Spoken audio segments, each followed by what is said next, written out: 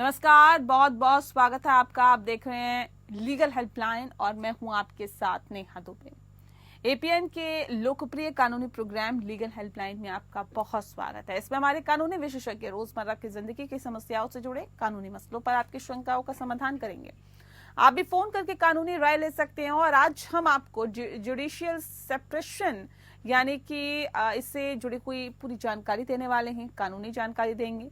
Judicial separation एक ऐसा प्रावधान है जो कि विवाहित जोड़ों को कानूनी रूप से विवाहित रहते हुए अलग रहने की अनुमति देता है। ये तलाक से अलग है क्योंकि विवाह बंधन भंग नहीं होता, लेकिन पति पत्नी के बीच कुछ कानूनी और वित्तीय दायित्वों में बदलाव किया जा सकता है। जुडिशियल सेपरेशन के ग्राउंड्स भी होते हैं जिनके आधार पर जुडिशियल सेपरेशन मिलता है। जुडिशियल सेपरेशन उन विवाहित जोड़ों के लिए है जो कि अलग तो रहना चाहते हैं लेकिन अपनी शादी को समाप्त नहीं करना चाहते हैं। इसे तलाक की एक कदम कम के रूप में देखा जा सकता है, जिससे कि पति पत्नी को इसे पूरी तरह से समाप्त किए बिना अपनी शादी में मुद्दों को संबोधित करने की अनुमति मिलती है। जुडिशियल सेपरेशन में एक महत्वपूर्ण बात यह है कि विवाह को भंग नहीं किया जाता है, बल्कि पति पत्नी कानूनी रूप से विवाहित रहते हैं और कोई भी पक्ष तब तक पुनर्विवाह नहीं कर सकता जब तक कि विवाह के बाद में तलाक के माध्यम से समाप्त ना हो जाए। तो ये तो थी कुछ बुनियादी जानकारी। विस्तार से जानकारी देंगे आज के हमारे कानूनी विशेषज्ञ अधिवक्ता संदीप तिवारी जी। संदीप जी, बहुत बहुत स्वागत है आपका। जी, तो संदीप जी आपको बताएंगे जुडिशियल सेपरेशन से जुड़े हुए तमाम कानूनी पहलुओं के बारे में। अगर आपका भी कोई सवाल है तो आप हमें फोन कर सकती हैं और फोन लाइन्स खुल चुकी है।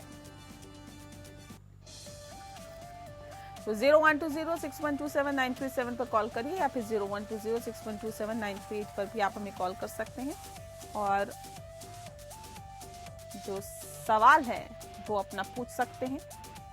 और अधिवक्ता इस वक्त हमारे सामने जुड़े हुए हैं संदीप तिवारी जी, जो कि आपके तमाम सवालों का जवाब देंगे। संदीप जी, आपसे सबसे पहला और सबसे महत्वपूर्ण सवाल यही है कि जुडिशियल सेपरेशन क्या होता है, हमारे दर्शकों को बताएं।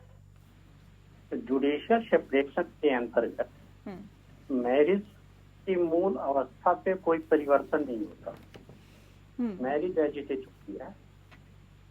जो परिवर्तन होता है वो दोनों हस्बैंड और वाइफ के एक साथ रहने की स्थिति में परिवर्तन होता है। जुडिशियल सेपरेशन के अंतर्गत सपोज करिए हस्बैंड या वाइफ अलग रहना चाहते हैं तो वो जुडिशियल सेपरेशन के लिए जा सकते हैं।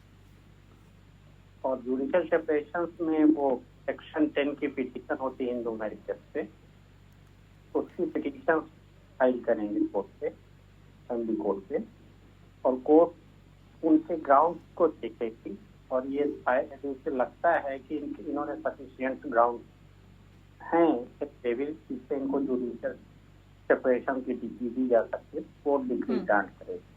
इसके बाद जो कपल है वो साथ रहने के लिए बाउंड नहीं होगा। जी, ठीक है। सर ये बताइए संदीप जी कि जुडिशियल सेपरेशन और डिवोर्स में फर्क क्या होता है, डिफरेंशिएट दोनों को कैसे करें? जुडिशियल सेपरेशन में मैरिज का ब्रेक डाउन नहीं होता, मैरिज कंटिन्यू रहती है और किसी भी स्टेज पे जुडिशियल सेपरेशन को टर्मिनेट किया जा सकता है और मैरिज को कंटिन्यू परफॉर्म किया जा सकता है कंज्यूमर राइट को। परंतु डिवोर्स में मैरिज एक बार जब टर्मिनेट हो जाती है, डिवोर्स डिक्री ग्रांट हो जाता है, तो उसके बाद उन्हें यदि साथ रहना तो उन्हें फिर मैरिज कर सकेगा। तो जुडिशियल सेपरेशन मैरिज के कंटिन्यू रहते हुए आप अलग रह रहे हैं, पर मैरिज आपकी एबॉलिश नहीं है और डिवोर्स में आपकी मैरिज एबॉलिश आप डिवोर्स है। जी, ठीक है। जुडिशियल सेपरेशन की अदालती प्रक्रिया क्या होती है? जुडिशियल सेपरेशन के अंतर्गत इसमें ये देखना है कि कौन पक्ष ले रहा है। यदि हस्बैंड ले रहा है तो जुडिशियल सेपरेशन के लिए उसके पास वो ग्राउंड अवेलेबल है जो सेक्शन 13 में डिवोर्स के लिए है, पार्ट 1 से। और यदि वाइफ ले रही है तो वो जुडिशियल सेपरेशन के वो ग्राउंड ले सकती है जो डिवोर्स पे पार्ट 2 पे सेक्शन 13 पे ग्राउंड अवेलेबल है, उस ग्राउंड पे लेके आ सकते हैं जी। और कोर्ट में सेक्शन 10 की पिटीशन फाइल होती है और कोर्ट उस पे फैमिली कोर्ट उस पे कॉग्निजेंस लेता है, अपोजिट पार्टी को कॉल करता, सबमिनिंग करता है और उसके रिप्लाई मांगता है कि ये आपके ऊपर आरोप है और इसका ये जुडिशियल सेपरेशन चाहता है आपका कपल, और वो अपना रिटर्न रिप्लाई देते हैं। उसमें स्टेटमेंट भी रिकॉर्ड होते हैं विटनेसेस के, कोई रिलेवेंट्स हैं और कोई भी अदर इलेक्ट्रॉनिक या अदर एविडेंस अवेलेबल है वो कोर्ट पे प्रोड्यूस किए जाते हैं। इसके बाद कोर्ट इशूज फ्रेम करता है और इशूज को डिसाइड करता है अकॉर्डिंगली। जी। अच्छा, ये बताइए कि जुडिशियल सेपरेशन की ग्राउंड क्या होते हैं? आपने ग्राउंड का भी जिक्र किया, लेकिन क्या ग्राउंड होते हैं? इसको किस आधार पर जो जुडिशियल सेपरेशन मिलता है? इसमें से तो एक ग्राउंड ये है कि यदि सपोज करिए कि कपल जो है रेदर देन कपल, यदि कोई व्यक्ति सेक्सुअल इंटरकोर्स पे इन्वॉल्व है ना अपने स्पाउस को के अलावा, तो इस ग्राउंड पे भी जुडिशियल सेपरेशन के लिए जाया जा सकता है। दूसरा है यदि कोई भी व्यक्ति क्रुएल्टी पे इन्वॉल्व है, क्रुएल्टी हो रही लगातार, ये भी ग्राउंड हो सकता है। या कोई व्यक्ति रिलीजन को कन्वर्ट कर लिया, सपोज कोई हिंदू है और मुस्लिम रिलीजन अडॉप्ट कर लिया है, तो भी वो जुडिशियल सेपरेशन पे जा सकता है। या वो किसी व्यक्ति का मानसिक अनसाउंड माइंड हो गया है मेंटली तौर से, या कंटिन्यूस वो मेंटल उससे डिसऑर्डर से सफर कर रहा है, इस ग्राउंड पे भी आप जुडिशियल सेपरेशन के जा सकते हैं। और किसी भी तरह की लेप्रोसी वगैरह हो रखी है, ये भी एक ग्राउंड अवेलेबल है जुडिशियल सेपरेशन के। जी, तो ये तमाम ग्राउंड है जिसका जिक्र आप कर रहे हैं संदीप जी। जी जी, कुछ कहना चाह रहे हैं? जैसे आपने संन्यास वगैरह भी लेने का वो कर दिया, तो वो भी ग्राउंड एक जुडिशियल सेपरेशन का हो सकता है। जी, ठीक है। ये लगभग वही सेम ग्राउंड से अवेलेबल होते हैं जो डिवोर्स पे अवेलेबल होते हैं। लगभग सेम, कमोबेश वही ग्राउंड होते हैं जो कि डाइवोर्स में होते हैं। ठीक है, हाँ, डिवोर्स पे होते हैं। इवन आप जुडिशियल सेपरेशन के बाद जो है, हाँ, यदि पक्षकार एक लंबे समय तक, हाँ, यदि उनके कंज्यूनल राइट्स रेस्टोर नहीं होते और जुडिशियल सेपरेशन टर्मिनेट नहीं होता, तो वो डिवोर्स का भी एक ग्राउंड हो सकता है। जी। तो मोस्टली ये देखा गया कि जो पक्षकार जुडिशियल सेपरेशन में जाते हैं, आफ्टर एक सब्सटेंसिव ईयर्स वो डिवोर्स की डिग्री फाइल करते हैं और वो ये बताते हैं कितने साल से मैं जुडिशियल सेपरेशन से रह रहा हूँ और कोई संभावना नहीं है कि हमारी जो कंज्यूनर राइट्स हैं वो रिस्टोर होंगे, तो मैं इस आधार पे डिवोर्स चाहता हूँ। तो judicial separation is the one of the ground of for the divorce. ठीक है। सर, ये बताइए कि जुडिशियल सेपरेशन दाखिल करने की कोई समय सीमा होती है क्या, कि शादी के इतने साल बाद ही आप दायर कर सकते हैं? कुछ ऐसी समय सीमा कुछ रखी गई हो? जनरली ये है कि जुडिशियल सेपरेशन का जो लिमिटेशन है वो 1 ईयर का है कि आप 1 ईयर शादी होने के बाद आप करें। लेकिन ये पाया गया है कि कोर्ट ने कई मैटरों पे रिलैक्स दिया और एग्जम्पशन से अलाउ किया। कई बार डे ऑफ 1 से भी रहना नहीं हो सकता, संभव है, और आप जुडिशियल सेपरेशन के लिए जा सकते हैं। जी, ठीक है। सर, किन हालातों में जुडिशियल सेपरेशन को खत्म माना जाता है?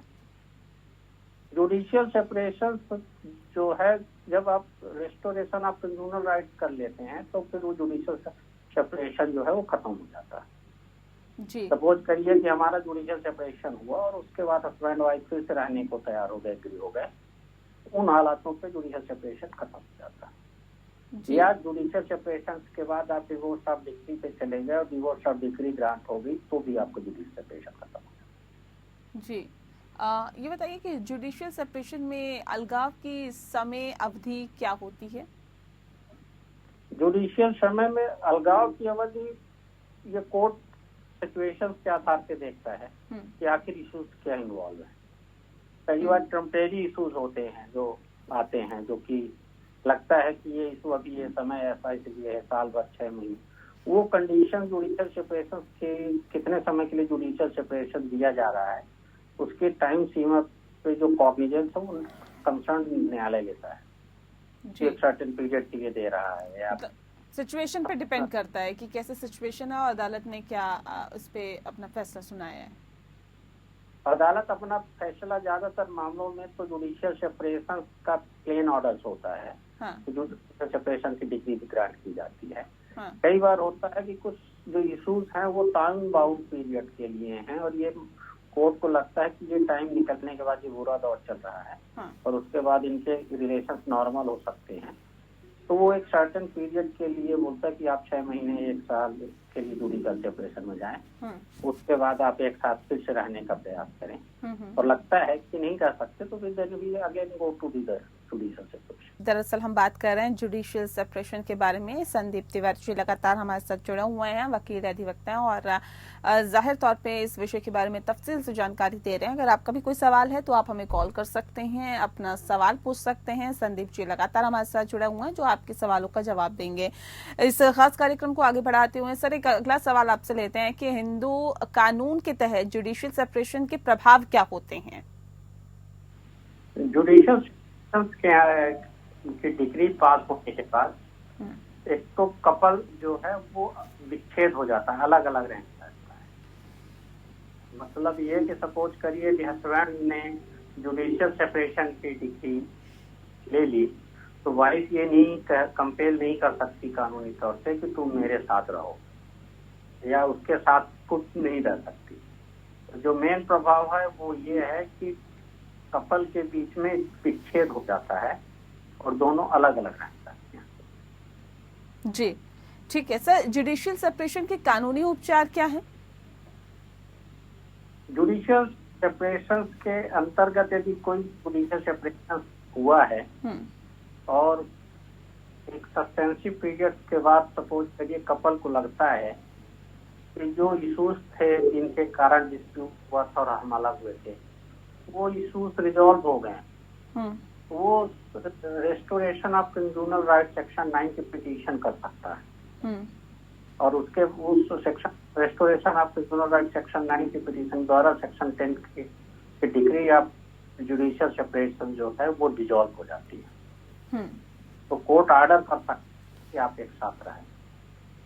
तो इसके जो प्रभाव हैं वो प्रभाव एक टेम्परेरी मेजर्स के तौर पे लिए जाते हैं जुडिशियल सेपरेशन के, कि एक जो लगातार टकराव का है, जो इश्यूज इन्वॉल्व हैं वो इश्यूज समय के साथ सॉल्व हो जाएं, इस इंटेंट के साथ कोर्ट जो है जुडिशियल सेपरेशन देता है। और यदि पक्षकार को लगता है कि वो कोर्ट पे जाए और बोले कि अब उसे इसकी जरूरत नहीं है, तो जिसने पिटीशन किया है वो जा करके उस डिग्री को एबॉलिश करने के लिए जो ऑर्डर है उसको के लिए एप्लीकेशन कर सकता है, या अपोजिट पार्टी को लगता है कि वो साथ रह सकती है और अब ऐसा इशू नहीं तो सेक्शन 9 की पिटीशन फाइल करके जुडिशियल सेपरेशन की डिग्री को सेटिस्फाइड करने के लिए बदला। जी चलिए सर, बहुत बहुत शुक्रिया आपका। आपने बहुत ही विस्तार से हमें ये जानकारी दी, हमारे दर्शकों को बहुत विस्तार से आपने जुडिशियल सेपरेशन के बारे में बताया। इसके लिए आपका बहुत बहुत शुक्रिया। लीगल हेल्पलाइन में फिलहाल के लिए इतना ही। नमस्कार।